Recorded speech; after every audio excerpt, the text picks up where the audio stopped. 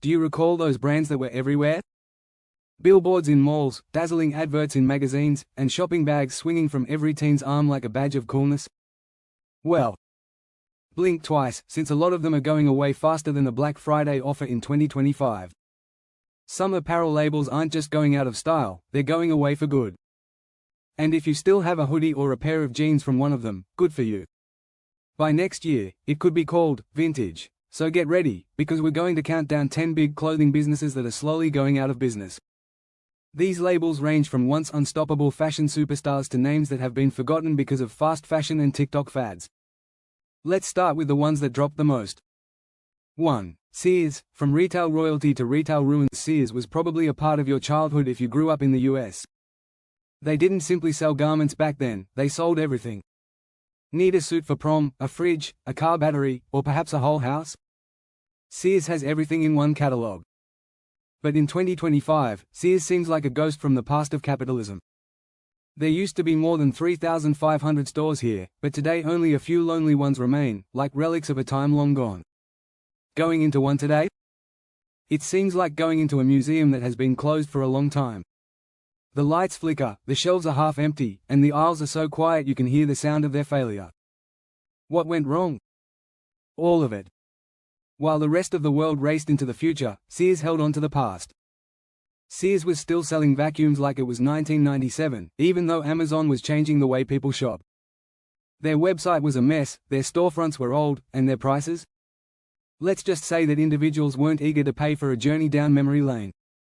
Sears is barely clinging on after going bankrupt several times, selling off assets, and trying to reinvent itself in a desperate way.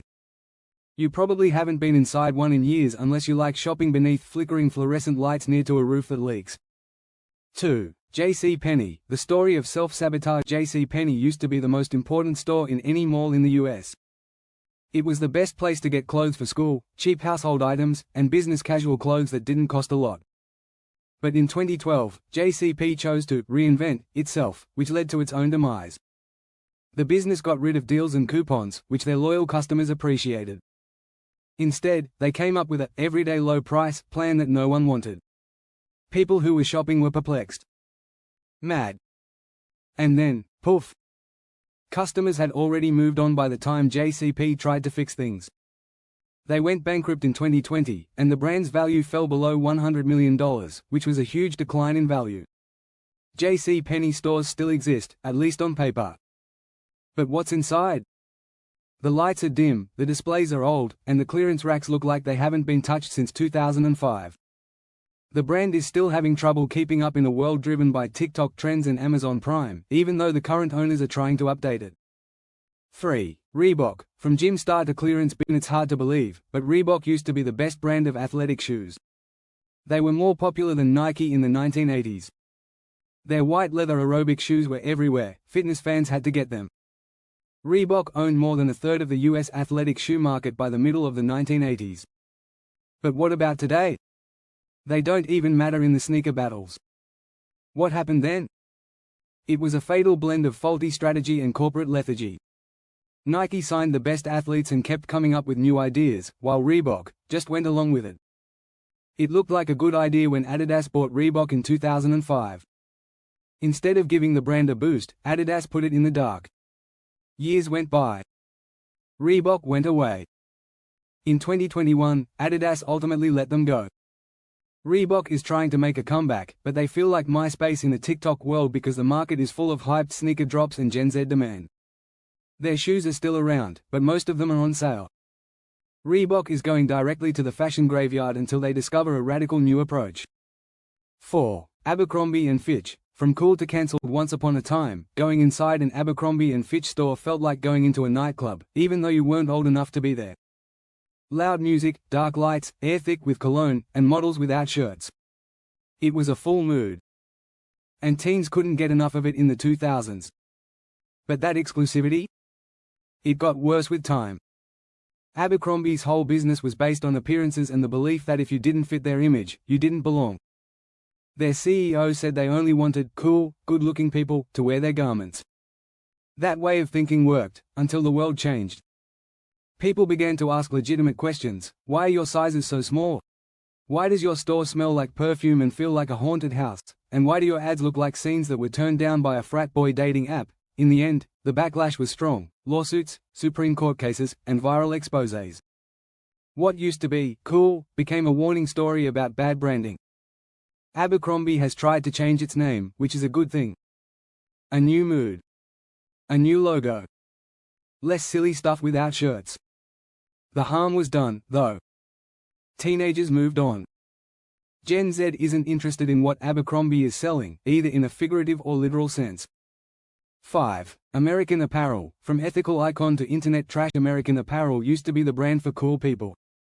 They manufactured simple clothes with an attitude, claimed to be sweatshop-free, and were proud of being ethically made in LA. Sounds good, right? It was, but then it wasn't. They charged a lot. A basic t-shirt may cost more than $20, but competitors marketed 5 packs for less. And the commercials?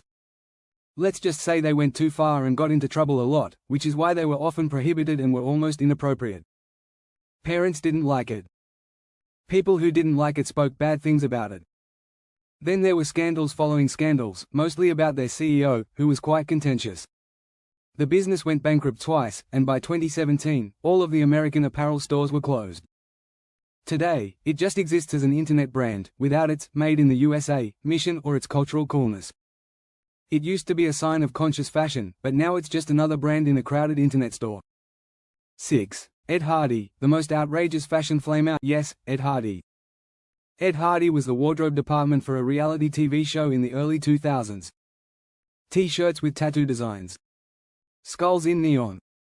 Too many rhinestones. This brand didn't whisper, it yelled. Ed Hardy was omnipresent for a few crazy years. Celebrities wore it. Stars from reality TV showed it off. Stores in the mall couldn't keep it in stock. But fashion is a fickle thing. What used to appear hip and edgy quickly turned into loud and garish.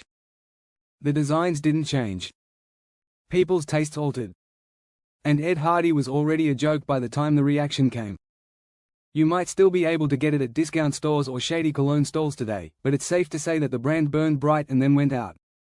Continuing with Ed Hardy, the end of a loud legacy. At its height, Ed Hardy made more than $700 million a year.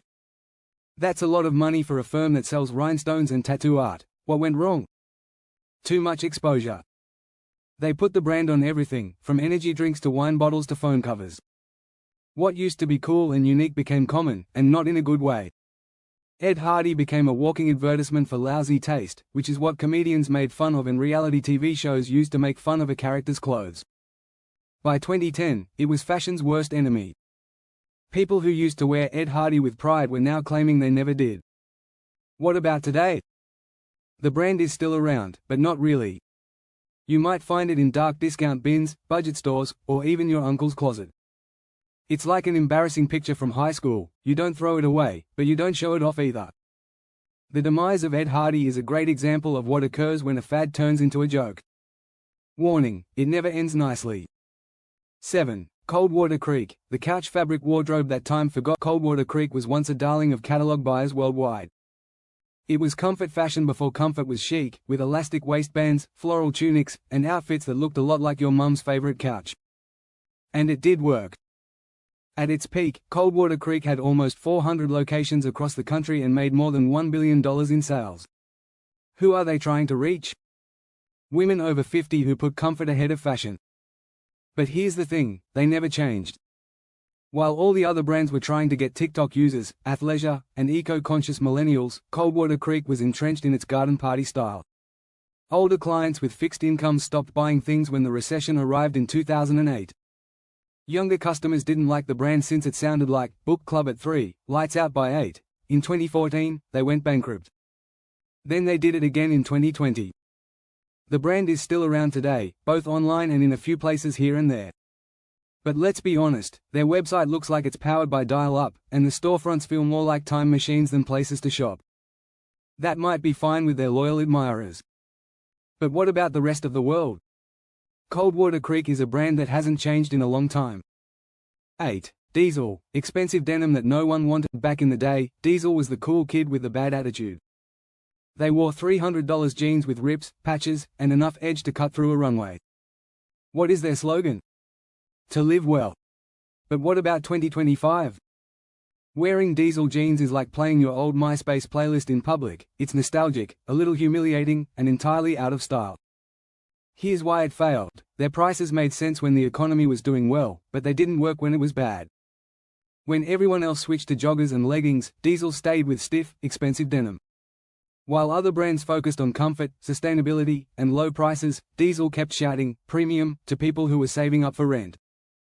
Diesel USA went bankrupt in 2019. They tried to make a comeback with influencer collaborations, showy collections, and store redesigns, but nothing worked. In Europe, Diesel is still doing well, but what about in the US? You can locate him on sale racks or parked next to Ed Hardy in a department shop that is going out of business. 9. Aeropostale. When teen cool turns into mall ghost in the early 2000s, Aeropostale was the brand for kids in middle school. Hoodies with logos, bright colors, and big letters made you look popular. At its height, they had more than 1,000 stores.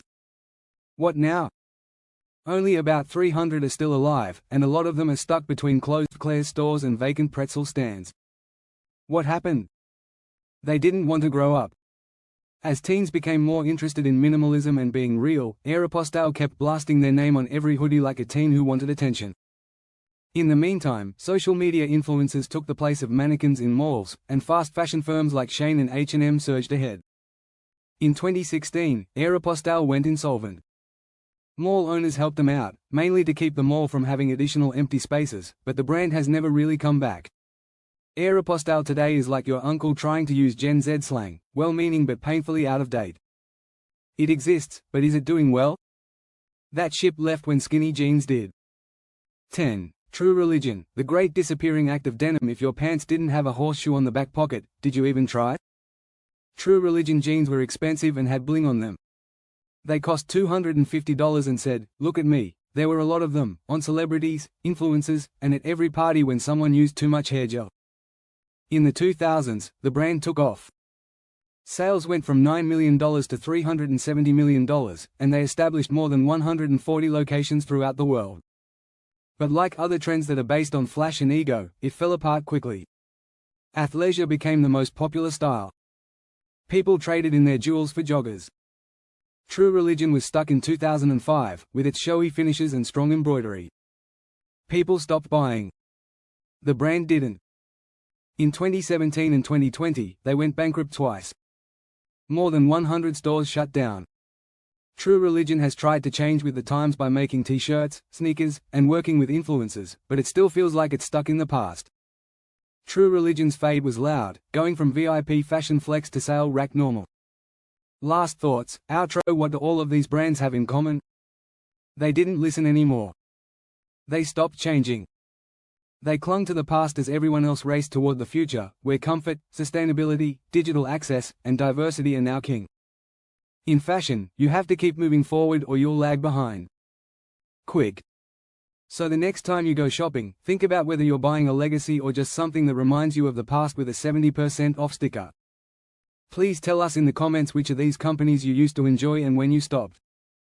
And if you liked this breakdown, then do us a favor and press the like button, smash the subscribe button, and join the Frugal Pro group for more no-nonsense brand reveals, smart shopping ideas, and harsh facts about shopping.